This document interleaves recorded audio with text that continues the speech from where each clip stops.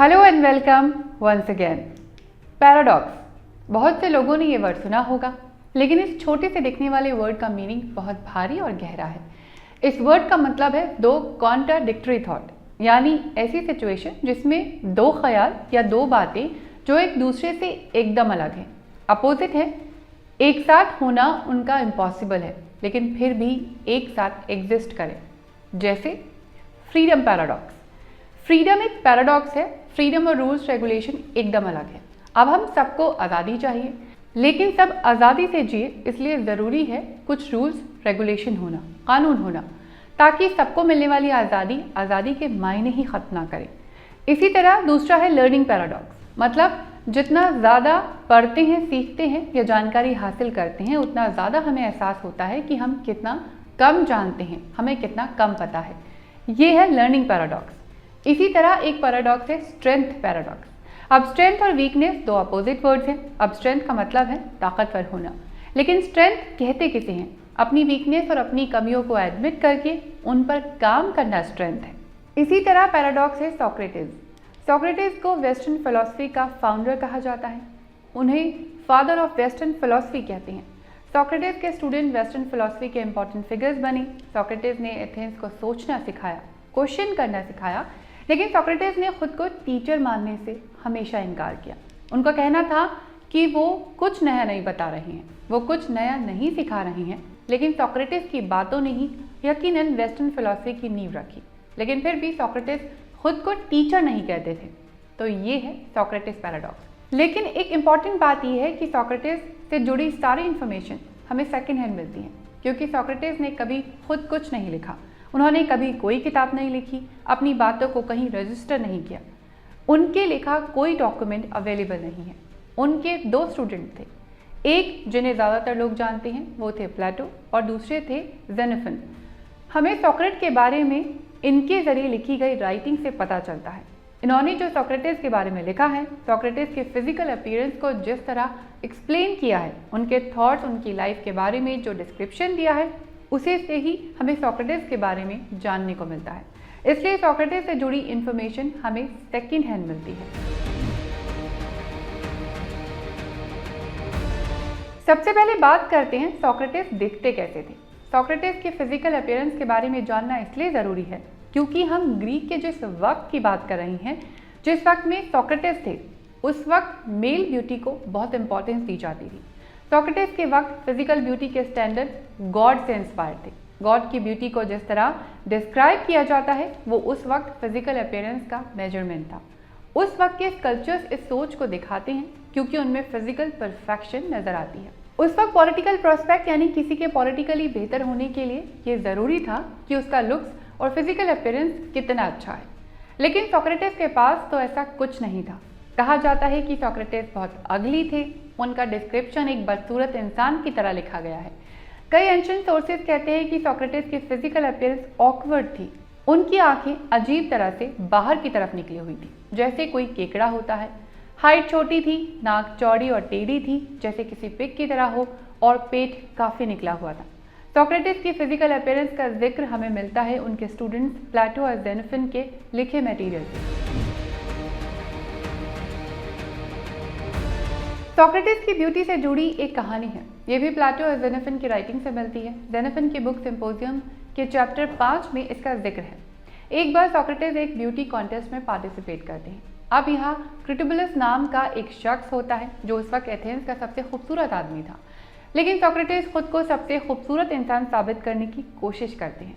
Beauty contest के दौरान Socrates क्रिटोबुलस से सवाल पूछते हैं कि क्या तुम्हें लगता है कि खूबसूरती सिर्फ इंसानों के पास है या फिर दुनिया की बाकी चीज़ें भी खूबसूरत हो सकती हैं। इस पर क्रिटोबुलस फिलोसॉफिकली एक अच्छा तर्क देते हुए कहता है कि दुनिया की कोई भी चीज़ खूबसूरत हो सकती है, जैसे घोड़ा या कोई बैल या फिर वो कवच और तलवार जिसका हम जंग में इस्तेमाल करते हैं। इस पर सोक्रेटिस फिर पूछते हैं कि जब ये सारी चीज़ें एक दूसरे से एकदम अलग हैं, इनका आपस में कोई रिजेम्बलेंस नहीं है, तो फिर ये सभी ब्यूटीफुल कैसे हो सकते हैं। अब इस पर क्रिटोबुलस कहता है कि हर वो चीज़ खूबसूरत है जिसे किसी मकसद के लिए बनाया गया है और वो चीज़ वो मकसद पूरा कर रही है। अब इसे एग्जाम्पल से समझते हैं कि जैसे किसी चिड़िया के पंख खूबसूरत हैं क्योंकि वो उसे उड़ने में मदद करते हैं और पंख का काम ही यही है।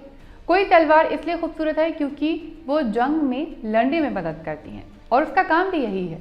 इसी तरह किसी पेड़ की जड़ें भी खूबसूरत हो सकती हैं क्योंकि वो उसको बढ़ने में मदद करती हैं और जड़ों का यही काम है।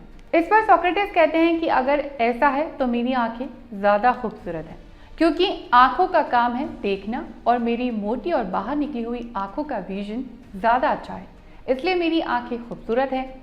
इसी तरह नाक का काम है सूंघना, तो मेरी चौड़ी और टेढ़ी नाक ज़्यादा अच्छे से ये काम कर सकती है, तो मेरी नाक भी अच्छी है। इसी तरह वो अपने हर बॉडी पार्ट को बेहतर बताकर खुद को खूबसूरत साबित करने की कोशिश करते हैं। हालांकि कॉन्टेस्ट में जीत सोक्रेटिस की नहीं होती है, लेकिन ये कहानी खूबसूरती नहीं बल्कि फिलोसॉफिकल कॉन्टेक्स्ट को समझने के लिए थी। दरअसल यहाँ सोक्रेटिस का मतलब अपनी कमियों को बढ़ा चढ़ाकर पेश करना नहीं है, बल्कि ये देखना है कि खूबसूरती आपके कैरेक्टर में होनी चाहिए, आपकी सोच में होनी चाहिए। इसीलिए सोक्रेटिस का फेमस कोट है, it is a shame for a man to grow old without seeing the beauty and strength of which his body is capable. यानी ये दुख की बात है कि इंसान ये जान ना पाए कि उसकी फिजिकल और इमोशनल स्ट्रेंथ क्या है, वो कितना बेहतर इंसान है। अगर इंसान ये नहीं जानता तो ये उसके लिए दुख की बात है। सोक्रेटिस एथेंस में पैदा हुए और अपनी पूरी जिंदगी वहीं बिताई। उनके फादर एक स्टोन मेसन या स्टोन वर्कर थे और माँ मिडवाइफ थी। सोक्रेटिस बहुत अमीर फैमिली में पैदा नहीं हुए थे, लेकिन फाइनेंशियल कंसर्न्स भी नहीं थे, मतलब इतने भी गरीब नहीं थे कि पढ़ाई लिखाई ना कर सकें। तो उस वक्त सभी एथेनियन मेल्स को पढ़ना लिखना सिखाया जाता था। फीमेल्स के लिए ये ज़रूरी नहीं था, लेकिन मेल्स के लिए ये ज़रूरी था। सोक्रेटिस ने भी बेसिक एजुकेशन हासिल की। एज अ यूथ उन्होंने लर्निंग की ईगरनेस दिखाई, उन्होंने सीखने में अपना इंटरेस्ट दिखाया, तो उनके फादर ने एडवांस्ड कल्चरल एजुकेशन भी दिलवाई, जैसे म्यूजिक में, पोइट्री में, एथलेटिक्स में उन्हें एजुकेशन दी। प्लेटो और जेनोफन की राइटिंग से पता चलता है कि सोक्रेटिस पोइट्री, म्यूजिक और जिम्नेजियम में भी काफ़ी अच्छे थे। जिम्नेजियम ग्रीक सोसाइटी में मेल के लिए एक इम्पॉर्टेंट एस्पेक्ट था। एथलेटिक्स, रेसलिंग और बाकी फिजिकल एक्टिविटीज़ में मेल्स को ट्रेंड किया जाता था, जो सोक्रेटिस इसमें भी अच्छे थे। प्लेटो और जेनोफन की राइटिंग में डिस्क्राइब किया गया है कि फिजिकल एंड्योरेंस पावर भी उनकी काफ़ी अच्छी थी, यानी वो सिर्फ इंटेलेक्चुअल ही नहीं बल्कि फिजिकली स्ट्रांग भी थी। प्लेटो के दिए डिस्क्रिप्शन से पता चलता है कि सोक्रेटिस लीडिंग कंटेम्प्रेरी फिलोसफर यानी अपने ज़माने के फिलोसफर एनेक्सागोरस से काफ़ी इम्प्रेस थे। एनेक्सागोरस को प्री सोक्रेटिक फिलोसफर भी कहते हैं। एनेक्सागोरस अपनी साइंटिफिक इंक्वायरी के लिए जाने जाते थे। वो पहले शख्स थे जिन्होंने एक्लिप्सिस यानी ग्रहण के बारे में सही एक्सप्लेनेशन दिया था। एनेक्सागोरस ने ही ये बताया था कि मून क्यों दिखता है। उन्होंने ही समझाया कि सन की वजह से मून रिफ्लेक्ट करता है। उन्होंने ही मिटियोर्स के बारे में भी जानकारी दी थी, लेकिन उनकी साइंटिफिक थ्योरीज को कई बार गॉड के अगेंस्ट देखा गया। कहा गया कि वो नास्तिकता फैला रहे हैं, इसीलिए उन्हें भी एग्जाइल में डाल दिया गया। लेकिन सोक्रेटिस को इनकी दी हुई इंफॉर्मेशन काफ़ी इंटरेस्टिंग लगती थी। कुछ सोर्सेज के मुताबिक सोक्रेटिस की 2 बार शादी हुई थी। पहली शादी हुई थी जब वो 50 साल के थे और उनकी पहली वाइफ का नाम था ज़ेनथेबी। ज़ेनथेबी के बारे में हमें जो डिस्क्रिप्शन मिलती है वो ये मिलती है कि वो एक इल टेम्पर्ड और नैगिंग वुमेन थी, यानी वो सोक्रेटिस पर हमेशा गुस्सा करती थी और उनको डांटती रहती थी। कहा जाता है कि वो सोक्रेटिस के इनअटेंटिव नेचर से इतनी परेशान थी कि कई बार उन पर गुस्से में पानी फेंक देती थी।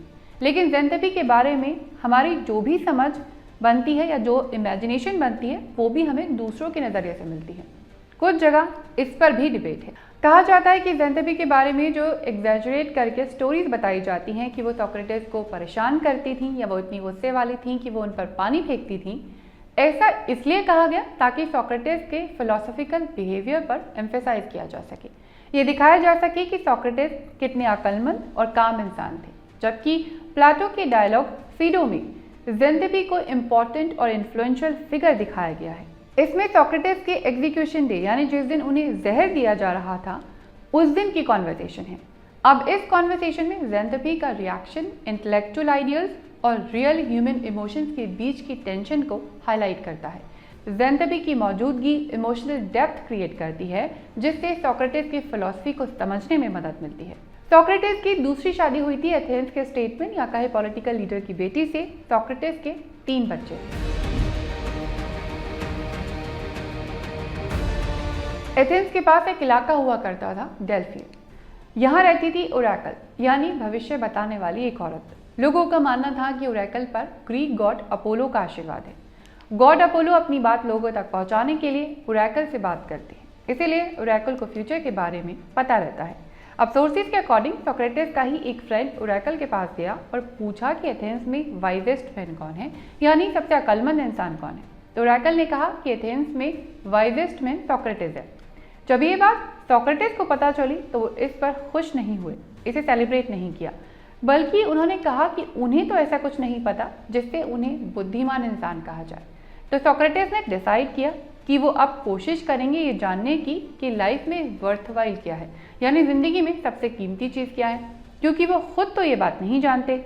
इसीलिए उन्हें लगा कि जो भी ये बात जानता है वो यकीनन उनसे ज़्यादा अक्लमंद इंसान है। इसीलिए वो एथेंस के बाज़ारों में, सड़कों पर आदमी, औरत, बच्चे, बूढ़े सभी से सवाल करते, उनसे पूछते कि लाइफ क्या होती है, विजडम क्या है, वर्चुअस यानी सद्गुण क्या है, अच्छा इंसान होना क्या है। सोक्रेटिस को कोई सेटिस्फैक्ट्री आंसर नहीं मिला।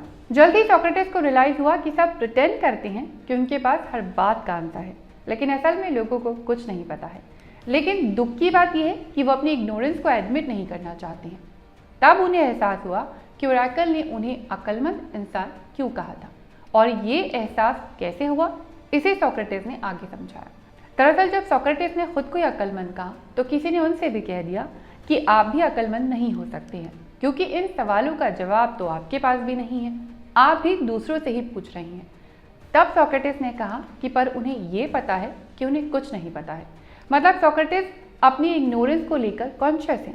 अगर उन्हें जानकारी नहीं है तो जानकार होने का प्रिटेंड नहीं कर रहे हैं, अक्लमंद होने का दिखावा नहीं कर रहे हैं, बल्कि जानकारी हासिल करने की कोशिश कर रहे हैं। यहाँ प्लेटो के अकाउंट से सोक्रेटिस का एक कोट मिलता है जिसमें वो लिखते हैं, the only true wisdom is in knowing you know nothing, यानी ट्रू विजडम यही जानने में है कि हम कुछ नहीं जानते हैं, तभी हम जानने की कोशिश करेंगे। और यहाँ फिलॉसफी कहती है कि जितना हम ज़्यादा पढ़ते और समझते हैं उतना हमें एहसास होता है कि हम कितना कम जानते हैं।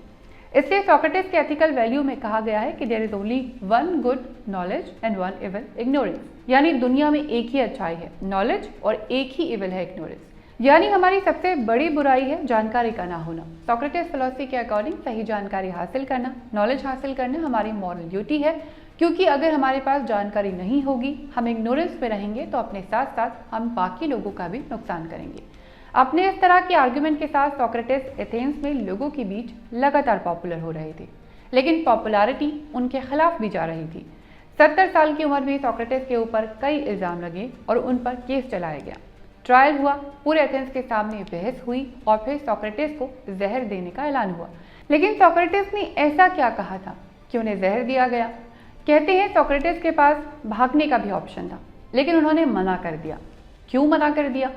सोक्रेटिस की सुनवाई के दौरान क्या हुआ था और वो क्यों इसके बाद वेस्टर्न फिलॉसफी के फादर कहे गए, इन सब पर हम बात करेंगे अगले एपिसोड में। लेकिन अगर आपको ये एपिसोड पसंद आया तो इसे लाइक करिए, शेयर करिए और चैनल सब्सक्राइब करिए।